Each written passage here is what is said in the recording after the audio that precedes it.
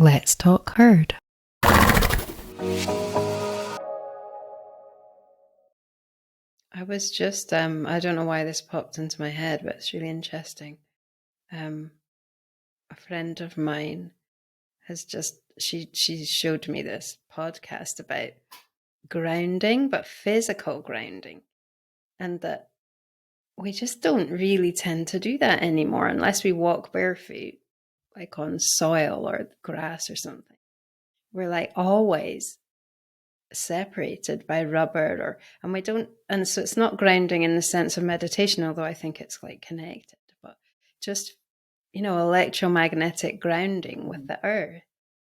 And I think, that must be quite difficult for the horses as well to be with us when we're not. And I think they actually maybe do ground us, like they act like as a grounding rod. But so I started doing the poo picking with my shoes off, and it just felt really good to do that, like just to walk on the earth. Yeah, but I think there are different ways, like physical means that you can use now. Like you can buy mouse pads that are grounded and stuff like that to help you when you're at the computer, or mats and things that. Because when I thought about my life, I don't really do it that often. So yeah, that just came into my mind. Might be a way to help as well. Yeah. Can I touch on that? Yeah, of course. So, yeah, I totally agree in terms of grounding, horses grounding us. Also, what it must be like and is like for them when we are not grounded, and then how actually what I've seen is that they will then often exhibit the behavior that in an attempt to get us grounded, whether that's physically kind of stepping on your foot or like shoving you in a way that kind of makes you more aware of your body. Or there's and it often is because horses are so a direct like call to be more in the physical. And in terms of being connected to the earth, 100%. I'm barefoot with my horses so often, and it does make a huge difference. And also, you touched on meditation, and what I want to bring in is I feel like the more trauma work that we do and the more healing that we open up to, the more we're able to get into our physical body, because that's often where everything is. And then the more we're in our physical body, the more we can actually get into our roots and get into our like deeper empathetic, like feeling everything from a physical grounded place, rather than just being like openly aware or openly empathetic from a higher kind of disembodied place. And everyone I know, including myself, who has horses in their lives, nearly everyone has touched on that in contemplation of my horses ground me. Whether it's because they need to physically show up every day, or there's a physical discipline, or because energetically being in their presence also allows us to move energy and allows us to heal and regulate. I keep bringing this in for some reason, regulate our nervous system so that we can actually be able to be in that rest and repair state, which allows our bodies to open up more anyway, But I feel like the more we clear out, the more we're able to be in, and the more we're able to live in our bodies, which it helps us to feel more from a place of like horse capacity. Because horses are just like, we are. Yeah, there's a funny little story. Right.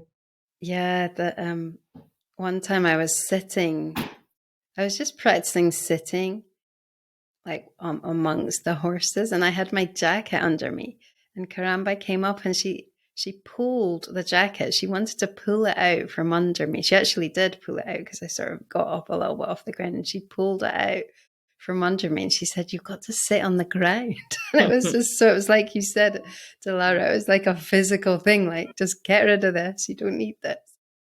But I wanted to add as well that I was really amazed one day when it was some years ago now, but we had a horse who was a boarder, and she came with shoes on, and we were able to kind of persuade her guardian to take them off, and the difference between before, like almost oddly enough seemed as if she was like a hand smaller, like she just kind of sank down into the earth, and it was just like she was so much more relatable, like you could just sort of feel her energy. And I think that the shoes weren't letting her ground. And I just think, that can you imagine being a horse who never is able to because they're always shod? So I think that is another thing to kind of be aware of for people, when you're using shoes. I mean, I'm not really around horses that are shod anymore, but do you see that? Do either of you, when you're working with horses, do you feel the shoes make a difference, or have you noticed that? Well, I have. Yeah, please go. go ahead, Dilara. I have in the past, specifically with shoes, and also I want to come back to what I said about clearing out trauma. What I've noticed with horses is that when they are holding a lot of physical tension, of course that translates down into the feet as well. So I'm talking about the whole body. There's a lot more checking out that happens, and a lot more. I mean, it's uncomfortable. That they're uncomfortable. So it's being in their body is like they have this amazing intelligence that they can deal with it and compensate, often through physical compensation, but also by not really being present. And when their bodies are worked on, there's this almost, again, like layer by layer. It doesn't have to happen that way. It can just be kind of a direct like landing, but sometimes it can be like layer by layer. They come deeper into the body, and they come deeper into the body.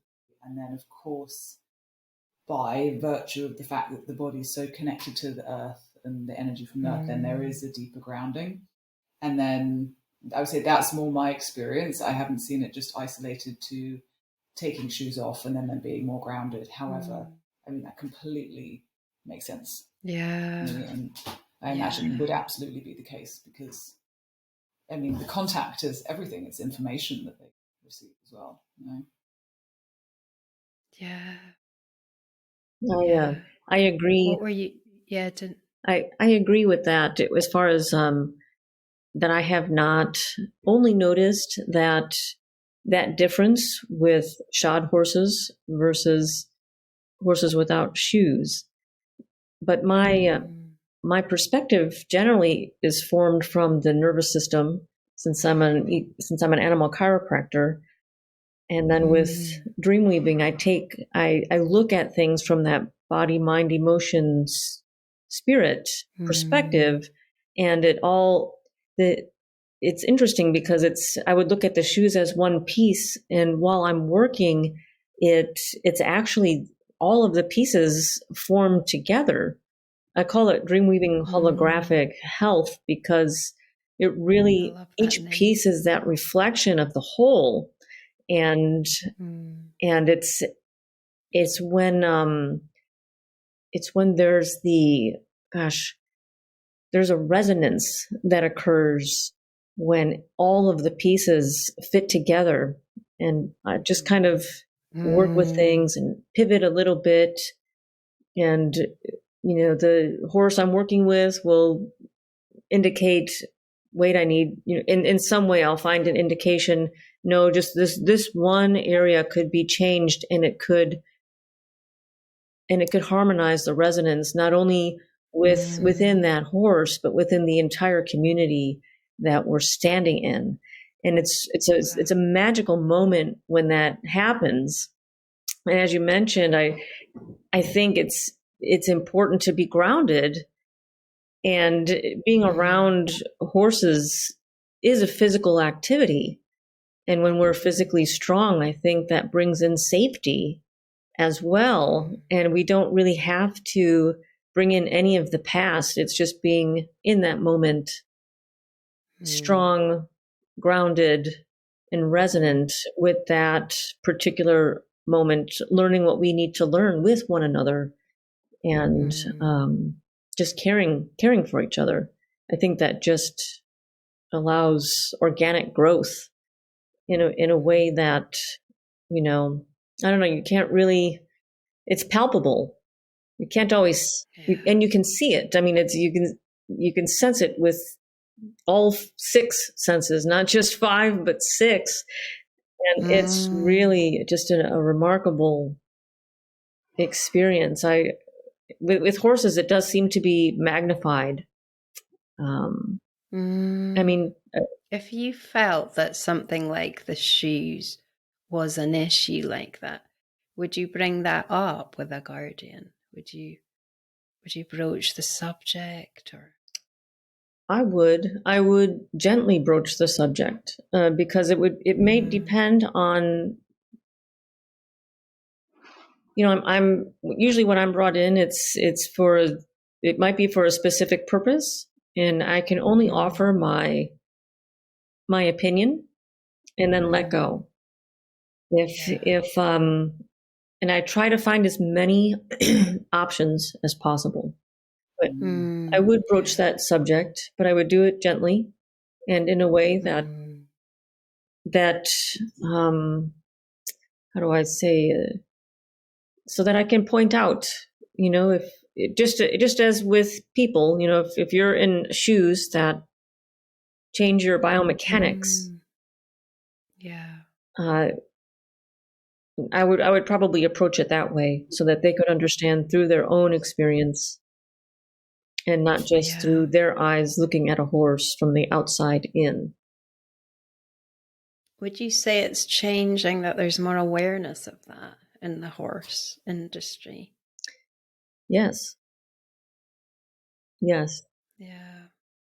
So it's hard for me to get a real picture of that, because I don't see that many horses anymore in those circumstances. So I think, I think, for example, when I look at a horse's posture or gait, when I went to the animal chiropractic school, they would have us walk with the same gait, walk with the horse, and you could actually embody it, and therefore experience what they feel just in that one section of their system. Since we're bipedal and they're quadrupeds, it's going to be a different experience, but we can at least pick out that one piece, I guess, holographically, and say, okay, if I were feeling like that, then this would be my experience. And I would do the same with the guardian, and say, okay, if we walk this way, like like in Young Frankenstein, walk this way, then that's and I might joke around with it too, because that's just who I am. But I think that's a great way to share that experience, whether you've been around unshod horses for a long time. It does make sense that their natural hooves, it would be, give and take. It just makes sense. I mean, I do really notice instantly with shod horses, the way that they move is just so different. So I just, it's quite a shock to see that. But I mean, I think that's the thing, where there's a lot of little worlds and they're quite shut off from each other. So what would you say, Dilara, about that whole thing? So in terms of UK. Oh, sorry, Camille, say that again. Just like what the situation is in the UK for shoeing barefoot. Are people getting a bit more aware? Or I know there's some quite what would you say, successful competitors who are going barefoot now. So that has to make a difference as well. So looking at it from a bigger picture, yes, of course there is more awareness. And then it like zooming in again on a more microcosmic scale, it depends where you are. So, Mm. and from what I've seen, it depends. And also, I, in the last few years, don't have as much experience in terms of moving in and out of different disciplines, because I tend to treat horses now who are less so competing and more the guardian is kind of really ready to try something new or to shift the perspective. Yeah. So that tends to be obviously a certain type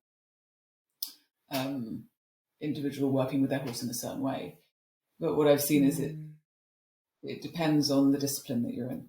So I would say there's more awareness in some disciplines versus others. So in the racing world, I would say, again, without making a grand judgment, let's just metaphorically speaking, in the racing world, there would be less awareness implemented about horses being barefoot. Because there's some big yards, aren't there, who are barefoot in the for racing racing, world. but yeah. Okay, that's interesting. Yeah. I know in polo, for example, it's just an absolute no. You would never, ever have a horse. And I'm from the polo world, so you would never, ever have a horse that was not shod. It's just, it doesn't even cross the... See, that seems so counterintuitive, because polo is the one thing where it would make a massive difference, I think. I mean, they all do, but I mean, that makes a difference in everything, like show jumping. Yeah. And in terms of, bringing it up with clients, 100%. And I love the way Denise brought in how that information is put across also matters. And I think that informing is the best thing that we can do from a place, again, of remembering that we're always learning, because this is also, we're in a new place in the industry now. This isn't like it can't be like, this has to be the way, because this is like, that's absolutely not going to do the horse any good either. So, but what I often see is that horses, what we have here, I don't know how it is in other countries, but there is a very broad scale of like competence within farriers and trimmers. And it depends on, I had a barefoot trimmer and equine podiatrist come out to do Layla, who I mentioned earlier, yesterday, and he was amazing. I mean, I honestly couldn't fault him. He was fantastic. He connected with her. He was so present. He was quiet. He asked me, I was talking to him for about 20 minutes about her beforehand. And anyway, my point is that I've also had the other end of the scale, where I've had, when I moved my horses to a different location, I had a conventional farrier come in. The geldings were lame, really hopping lame for about 5 days. Wow. So I'm giving you that example to show that, of course, like anything, it depends who you get. And it's very important to educate ourselves and to be aware of, who's the best person for my horse based off what I'm also able to find out. And what I see with clients a lot is if they have a farrier who isn't as competent, then the feet can get very tight, and there's a real restriction within the foot that often I see it like the foot just needs to be able to breathe, and the foot needs to be able to like have that relationship with movement and relationship with obviously with its relationship with the earth and the ground and the way that it moves in relation to the whole limb and then the rest of the body. But that's the most common theme that I've seen, apart from bad showing. Yeah. And there's a couple of things that come to mind about. One is that I think their feet are growing until they're 5 years old, so that's when the most damage is done with shoes, because it limits their growth and it deforms their feet in a certain way. But also I think the other issue about it is that they do desensitize their foot. So when you take it off, there's going to be some level of hypersensitivity and pain. And so then people have this idea that the shoes were keeping them sound and that they're sore when they're not shod. But actually it's just because the feet were actually numbing, the shoes were numbing their feet. So there has to be a whole process of, so it's like anything. You have to, I think people have to understand that it's not, shoeing's a quick fix, really, that it just shuts everything off. So also, like if their diet's not right and they're sensitive, then the shoeing is going to stop that problem. So it doesn't really matter what they're eating. So it's not just like you're saying it'd be better with the shoes off. You're saying you've got to be careful about their diet. You've got to, be aware of what's going on in their feet. And if they have any pathology there, that's going to be more obvious. And so, I mean, the benefits are massive because just because it numbs it doesn't mean it's not there, but it can make them less functional. And I think that's an issue for a lot of people. So, yeah, it's complicated. I don't really envy you working in that field. Yeah, it's just so, I think of it as the front line. And it is amazing to meet new people and everything. Yeah. But I do feel that people are actually becoming more aware of the difference between the inner self, and the outer world. And they're just definitely becoming more ready to engage with that and start to go within. And maybe social media has kind of accelerated that because it's so outside of yourself. So like maybe before when people would have done other things like gardening or something or even cleaning the house, that's more inner than like looking constantly at other people's lives. So maybe that has made people more aware of how outside themselves they are, and so they're coming back in, and so it's a good thing, really. Yeah. Do you ever help people to get more like find their own inner voice? Do you find that that's like a path that you have to take when you're working with people? Denise, I can also answer. Yeah, we're probably going to say the same thing. It's from that would be my guess. The Yahoo yes, that yes, that that we are a reflection of one another. I find that the Guardian is their presentation is a reflection of what's happening with their horse, or their herd. Not only because whether they're riding or not, but especially if they're riding, because their spine is in direct contact with the horse's spine. And I find that, our posture, our gait, again, here comes that word resonance. It really does. I don't know if we're a reflection of the resonance that we feel, or if we express it freely. I don't know how to, if we're a physical manifestation of that resonance, or when we change our physical stance, it changes that frequency. I think it's always important to speak with. I think a guardian will do more for their horse oftentimes than they will for him or herself.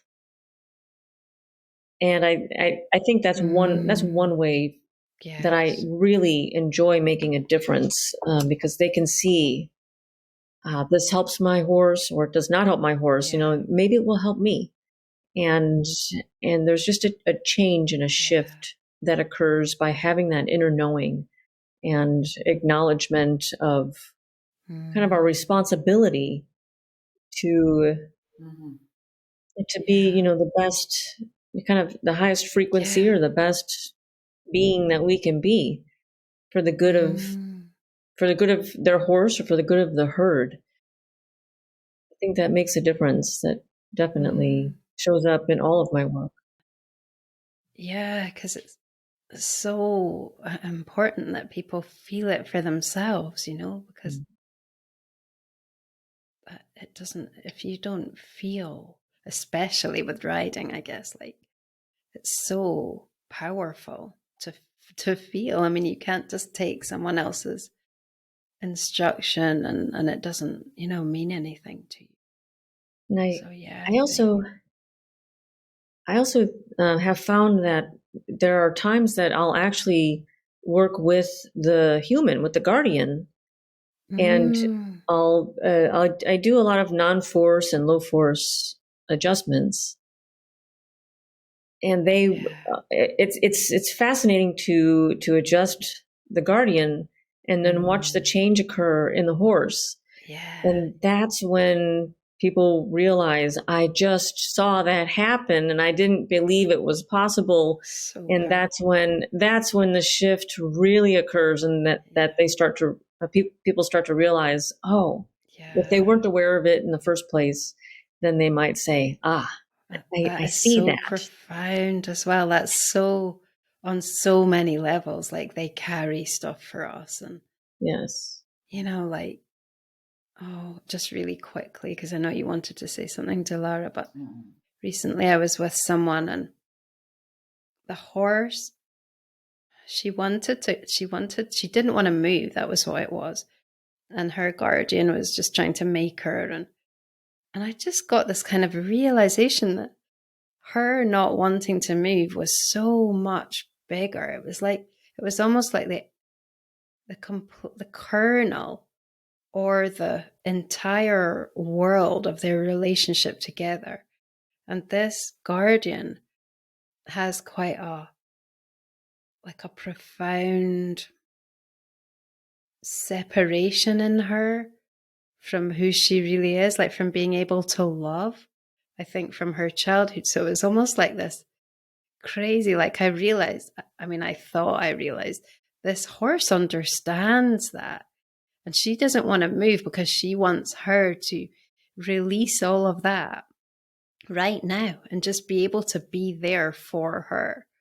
And it was just amazing. And I couldn't say anything really because she wasn't ready for that. It was so profound and so huge. And so I just witnessed it. I just saw that that's what was going on. But then I thought, wow, how big is it in all of the, if we really are become aware of what's going on, like how huge. Because maybe the horses just are tuning into our absolute essence, like everything we are all the time. And so when they're, that would completely radicalize our view of their behavior. Because like she wasn't just not wanting to move because she wanted more food or whatever. It was something so huge and so like ancient as well. Yeah. Incredible. What were you going to say before, Dilara? Well, I was going to say, I don't remember what I was going to say. What I'm going to say now is that the the reflection piece and the mirror and horses, essentially, because of the way that they are, being able to illuminate our blind spots, being able to illuminate what we just, for very valid reasons, haven't seen yet. And that touches back into the vulnerability, right? And I love what Denise said about that in terms of sometimes like being able to work with the guardian first, and then it kind of is inverted. It's the other way. And then you're able to see, oh, wow, I've been having an effect, because ultimately there is an inherent connection. And I think that it's about, again, bringing in the awareness piece and witnessing that and asking the question of really going deeper. What is underneath this? What is underneath this? And also, what do I potentially not want to see in this situation in terms of the example that you give your client? And it's so profound. That realm is so profound. And the thing is, it's so available. It's like, it's almost not just at our fingertips. It's happening constantly all the time. Exactly. And it's just about us like being prepared to pull back the veil a bit more and a bit more and a bit more to see again, okay, what is behind this? just even being able to get more into our emotionality, which again helps us to experience our horses in a different way.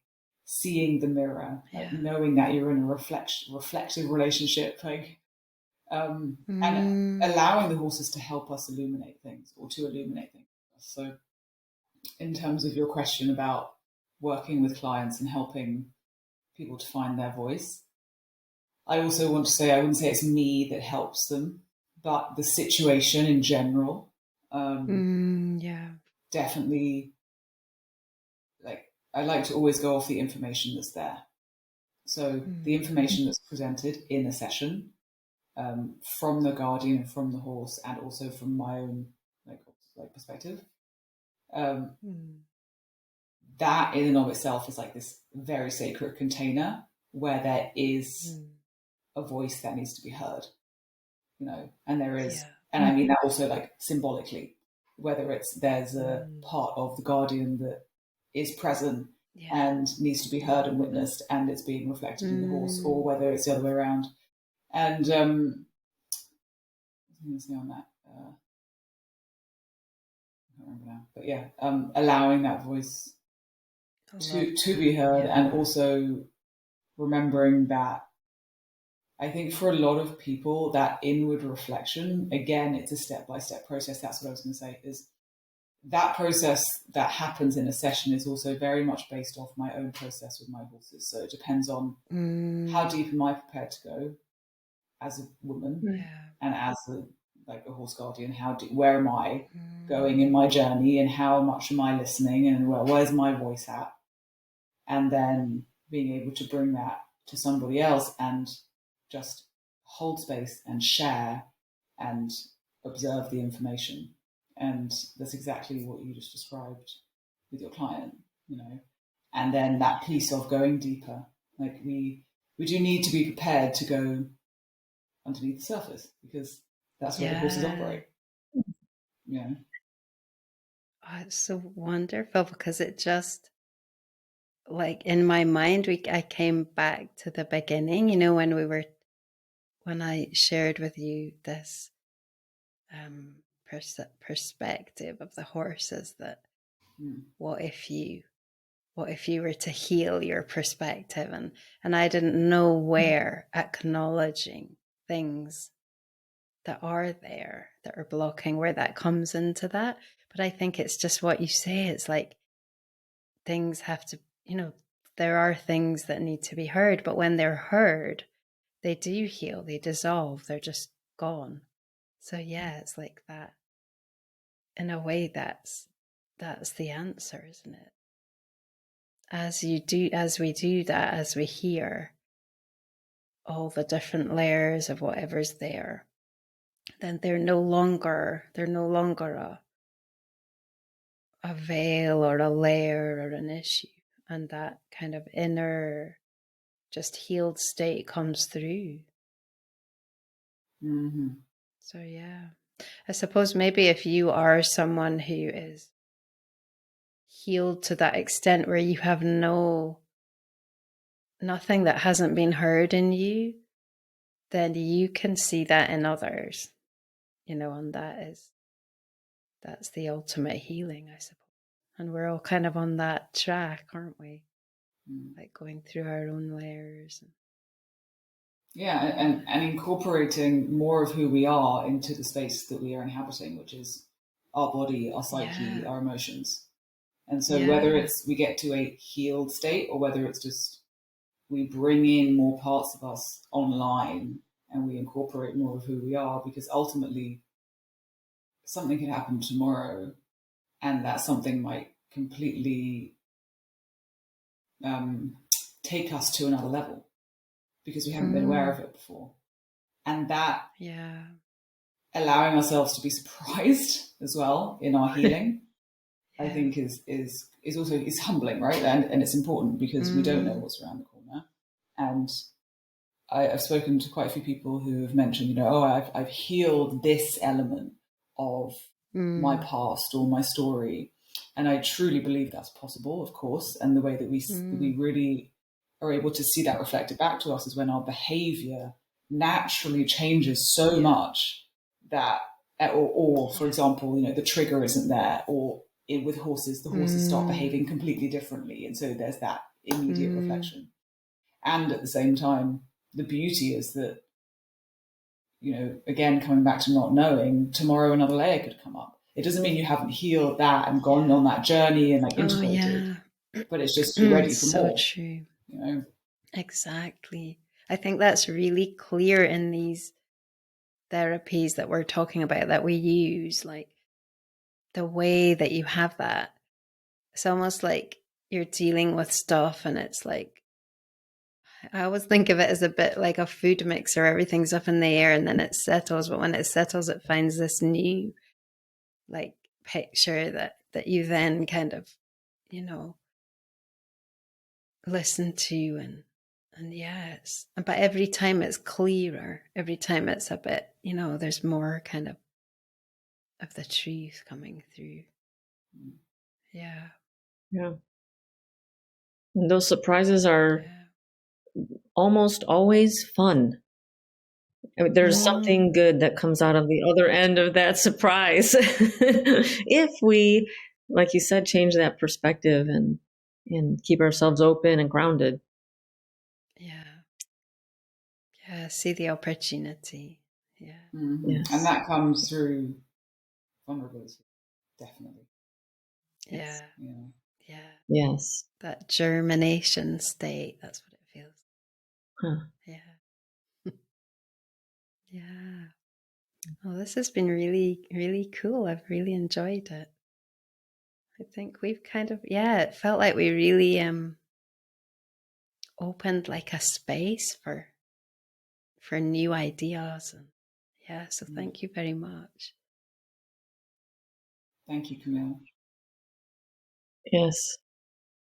Thank you. Thank you, Camille and Dilara. It has been an honor sitting here with you, and I feel more healed at the end of. I feel healthier and brighter, more uplifted. So just wonderful. being on a podcast with you. So you're welcome. Thank you so much. Quite an honor.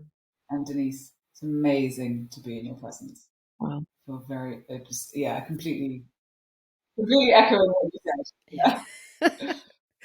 No, Likewise. it's wonderful. Likewise. I'm just, I'm so inspired by doing this with, with people like you, and just how it's all sharing and growing, and it's wonderful.